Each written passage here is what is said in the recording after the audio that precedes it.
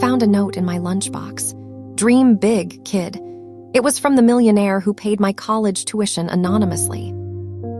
The weight of the world at 23. I'm 23 years old, but my soul feels about 80. Most people my age are navigating their first serious relationships or figuring out which bar has the best happy hour. I'm figuring out how to stretch a loaf of bread for an entire week and how to explain to my 8-year-old brother, Toby, why Santa might have a tighter budget this year. Since our parents vanished into the ether 2 years ago, a story for another time, involving addiction and broken promises, I became an overnight mother. I was a junior in college when it happened. I almost dropped out, ready to resign myself to minimum wage forever just to keep Toby out of the system. Then, a miracle happened. An anonymous donor wiped my tuition clean. It allowed me to graduate debt-free and secure a decent job. But decent doesn't cover the rent in this city, plus childcare, plus the debt our parents left behind. So I work my day job and I moonlight stocking shelves, perpetually exhausted, running on caffeine and the terrified love I have for my little brother. I thought I was doing it all alone. I was wrong. The daily grind and the resentment. My alarm goes off at 5:00 a.m. By 5:30, I'm dragging Toby out of bed. He's the sweetest kid, bright-eyed, loves Spider-Man, and possesses an optimism that frankly baffles me. He never complains that his sneakers are secondhand or that we eat pasta 4 nights a week. My resentment wasn't directed at him. It was directed at the world. Specifically, the wealthy world. I work 60 hours a week and still panic when the check engine light comes on. Meanwhile, I watch people in this city drop my monthly rent on a handbag. It made me bitter. It made me judge quickly. I built walls around myself and Toby, convinced that everyone outside our little bubble didn't care if we drowned. I was drowning in responsibility, constantly treading water, terrified that one wave would take us under. The neighbor in 402. Then there was Julian. He lived right next door in apartment 402. If you looked up arrogant tech bro in the dictionary, you'd find his picture. He was about my age, maybe 25, always dressed in expensive, minimalist black hoodies and designer jeans. He drove a car that sounded like a dying dragon, some sleek sports car that probably cost more than the entire apartment complex. He worked odd hours, coming and going in the dead of night. What I hated most about Julian wasn't his money, it was his coldness. We'd pass in the hallway, me juggling 3 grocery bags and a tired kid, and he wouldn't even make eye contact. No hello, no holding the door. Just him, his noise-canceling headphones, and an aura of absolute indifference. He seemed like the kind of person who had never known a day of struggle in his life. The clash at the mailboxes. The tension between us wasn't just in my head. We had a moment about 3 months ago. I was at the mailboxes, crying in frustration because the electric bill was double what I expected. I dropped my keys. Julian happened to be walking by. He stopped, looked at the keys on the floor, looked at my tear-stained face, and then just stepped over the keys and kept walking. Nice, I snapped, my voice shaking. Don't strain yourself helping or anything. He stopped and half-turned, pulling down one side of his headphones. His expression wasn't mean, it was just blank. Did you say something? Forget it, I muttered, snatching up my keys. Must be nice up there in the clouds. He just blinked at me, readjusted his headphones, and walked away. I hated him so much in that moment. I saw a spoiled prince ignoring a peasant. The ghost of the angel donor. Whenever I got too overwhelmed by people like Julian, I tried to focus on the good in the world. Specifically, my angel donor. 2 years ago, when I was at my breaking point, I received a letter from the university. An anonymous alumnus had established a one-time grant for a student in my exact situation. It paid off my remaining tuition and books instantly. I still have the letter. It was brief, typewritten, but at the bottom there was a handwritten postscript in distinctive, slightly jerky cursive. The world needs people who fight for others. Keep fighting. I've stared at that handwriting 1,000 times, praying a silent thank you to whoever that kind soul was. They were the opposite of Julian. They were proof that rich people could actually give a damn. Toby's secret friend. While I was stewing in my resentment, Toby was living in a different reality. He'd come home babbling about his day, and lately, he kept mentioning the cool guy. The cool guy says Spider-Man is better than Batman because he's younger, Toby would say, swinging his legs at the dinner table. I was usually too tired to probe. That's nice, honey. Eat your peas. I assumed the cool guy was a new janitor at the school or maybe an older kid on the playground. I never in a million years connected it to the building. I certainly never connected it to room 402. Toby, in his innocence, didn't see wealth or status. He just saw people who were nice to him. The morning the fridge was empty. Tuesday was rock bottom. I had miscalculated. I had $12 in my bank account until Friday, and when I opened the fridge to pack Toby's lunch, there was nothing but condiments and half a loaf of stale bread. No deli meat, no cheese, no fruit. I felt sick with failure. I packed him a ketchup sandwich, literally ketchup between 2 slices of bread, and cried while I did it. I sent him to school with a pathetic lunch and a heavy heart, hatting myself, hatting the world, and yes, hatting Julian for his shiny car that probably cost more than a lifetime of my groceries. I spent the whole day distracted at work, worrying about Toby being hungry. The discovery in the Spider-Man lunchbox. When I picked Toby up from after-school care, I braced myself for his sad face. I expected him to complain about the ketchup sandwich. Instead, he bounced into the car, beaming.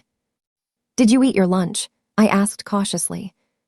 "Yeah, it was awesome," he yelled. Confused, I waited until we got home. When I opened his battered Spider-Man lunchbox to clean it, I froze.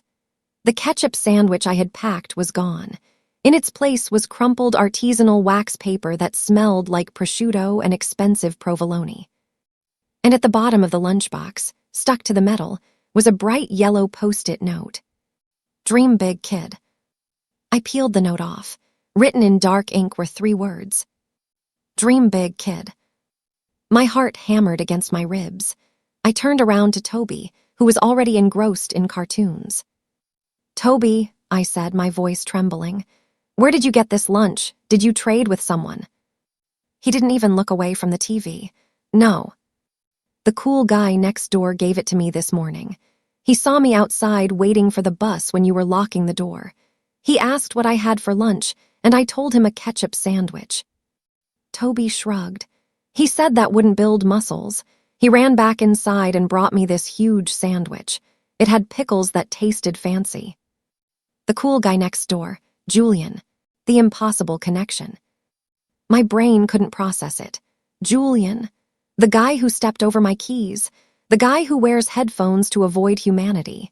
He saw my brother about to eat a ketchup sandwich and made him a gourmet lunch. I stared at the note again. The handwriting seemed familiar. It nagged at me. It was distinct, rushed, sharp angles, slightly looped G's. I ran to my bedroom and dug through my messy file box until I found it. The university letter from 2 years ago. I held the yellow post-it note next to the bottom of the letter. "The world needs people who fight for others. Keep fighting. Dream big, kid." The handwriting wasn't just similar. It was identical. The turmoil inside. The room spun. I had to sit down on the edge of my bed. Julian Thorne, the neighbor I had vilified for 6 months, the arrogant tech bro. He wasn't just feeding my brother. He was the angel donor. He had paid tens of thousands of dollars so I could finish school. A wave of nausea washed over me, a mix of intense gratitude and paralyzing shame. I had judged him so harshly. I had been so certain I knew who he was based on his car and his hoodies. I thought he despised us, while all along he was anonymously carrying us. Why? Why the silence? Why the cold shoulder in the hallway if he was doing these incredible things in secret? The longest walk. I couldn't sit there. I had to know. I told Toby to stay put, walked out of my apartment, and took the 5 steps to door 402. It felt like walking 5 miles. My hand shook as I knocked. I didn't know what I was going to say. "Thank you. I'm sorry I thought you were a jerk." The door opened a minute later. Julian stood there. He looked different without the headphones. His eyes were tired, red-rimmed, like he'd been staring at a screen for 20 hours. He wore a wrinkled t-shirt. He looked surprised to see me, and for the first time I saw a flicker of anxiety in his eyes, not arrogance. "Ilara," he said. He knew my name. The truth about the tech bro. I didn't say anything. I just held up the tuition letter and the post-it note. His face fell.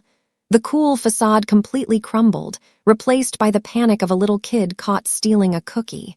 He sighed, ran a hand through his messy hair, and opened the door wider. "You better come in." His apartment was shocking. It wasn't a bachelor pad. It was barely lived in. A massive curved monitor setup dominated the living room, surrounded by empty energy drink cans. No art on the walls, no comfortable furniture, just tech and loneliness. He didn't sit down. He just stood by his desk looking at the floor. "I didn't want you to know," he mumbled. "The boy from the foster system." "Why?" I demanded, my voice thick with emotion. "Who are you?" He finally looked at me. "You really don't remember me, do you? From the old neighborhood on 8th Street, before the foster system moved me again." I stared at him. 8th Street. That was 15 years ago. "I was the weird kid with the glasses taped together," he said quietly. "The one the older kids used to throw rocks at behind the dumpster. You came back there one day. You were maybe 9. I was 11, and you threw a rock right back at them. You gave me your juice box and told me not to let the bastards grind me down." A faint memory stirred. A scrawny, terrified boy behind the 7-Eleven. "I made my first million when I was 21 developing AI protocols," he said, his voice monotone now. "I bought the car because I thought that's what successful people did, but I don't know how to talk to people. I never learned.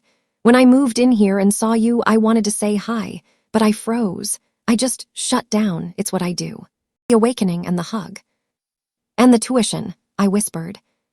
"I kept tabs on the few people who were decent to me," he shrugged, as if paying 50 grand was nothing.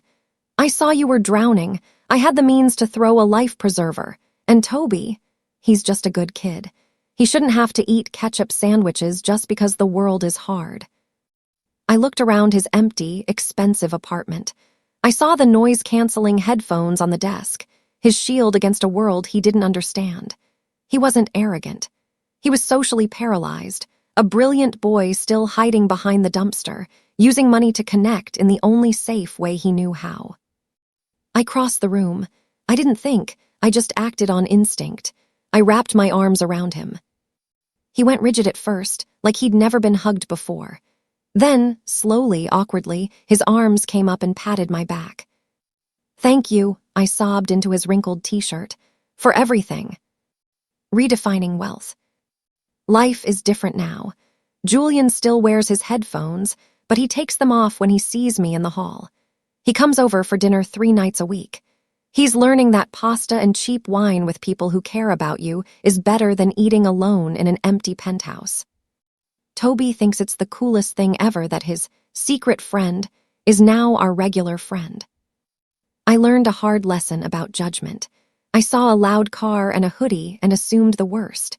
I didn't see the frightened child inside, desperately trying to protect the only people who had ever shown him kindness.